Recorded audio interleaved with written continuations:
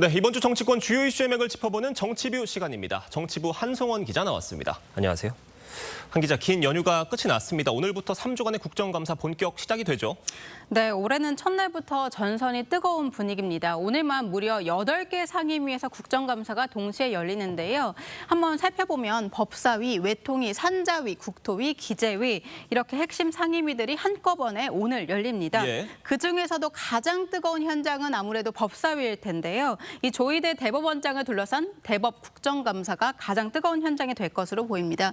그리고 추가로 외통위에서는 한미 관세 협상, 캄보디아 납치 사건 논의될 것으로 보이고 산자위에서도 한미 관세 협상, 국토위 부동산 가격 상승, 그리고 기재위 민생 회복 소비 쿠폰 이를 두고 국민의힘 날선 공방 예고하고 있습니다. 자, 긴장감이 흐르는 첫날 일정 자세히 짚어주셨는데 이번 주 전체 일정도 좀 살펴볼게요. 네, 아무래도 최대 화두인 대법 국정감사 15일에 한 번 더 있습니다. 예. 오늘은 국회에서 열리는데 15일에는 대법에서 국정감사가 열릴 예정입니다. 조희대 청문회를 추진했던 민주당이 청문회가 불발되자 추가로 이 국정감사를 하겠다고 기습 상정한 겁니다. 예. 그리고 내일은 과방위에서 그 17일 그리고 내일 과방위 그리고 17일 행안위에서 이진숙 전 방통위원장 체포 문제 적절했냐, 경찰이 적법하게 집행했냐 이것을 두고 논의될 것으로 보이고요. 그리고 내일은 행안위에서 국가 전산망 마비 사태 다시 한번 쟁점이 될 것으로 보입니다. 이 사고 발생 18일째지만 아직까지 복구율이 30%대에 그쳤습니다. 국정감사가 야당의 시간인 만큼 동시다발적으로 반격에 나서면서 추후 선거 전 서막을 삼겠다 이런 전략입니다. 참 숨가쁜 한 주가 될 것으로 보이는데 오늘 법사위 국감에 조희대 대법원장 그래서 나오는 겁니까?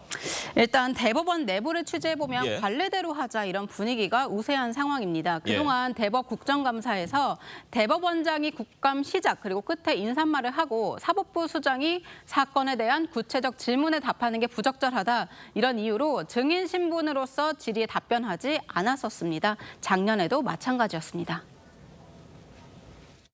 위원장님과 위원님들의 노고와 배려에 다시 한번 감사드립니다. 네, 조희대 대법원장님 수고하셨습니다. 이석을 하셔도 되겠습니다. 네, 방금 보신 것처럼 대법원장이 이석한 이후에 천대엽 법원행정처장이 기관 증인으로 나섰고 국정감사가 끝나는 시각이었죠. 그러니까 밤 10시가 넘어서 다시 대법원장이 등장해서 최선의 노력 다하겠다 이런 의례적인 인사말로 마무리했었습니다. 자, 민주당이 연일 강경 행보를 보이고 있잖아요. 오늘은 어떻게 나올 것으로 예상하십니까? 네, 민주당 이번에 만약에 조희대 대법원장 출석하지 않으면 예. 동행 명령장 발부하고요. 또 고발 가능성까지 시사했었습니다. 직접 가서 데려오겠다는 겁니다. 또 민주당 입장은 이번에 천대엽 법원행정처장뿐 아니고 조희대 대법원장도 증인 선서를 하고 증언대에 서라 이렇게 강경 입장입니다.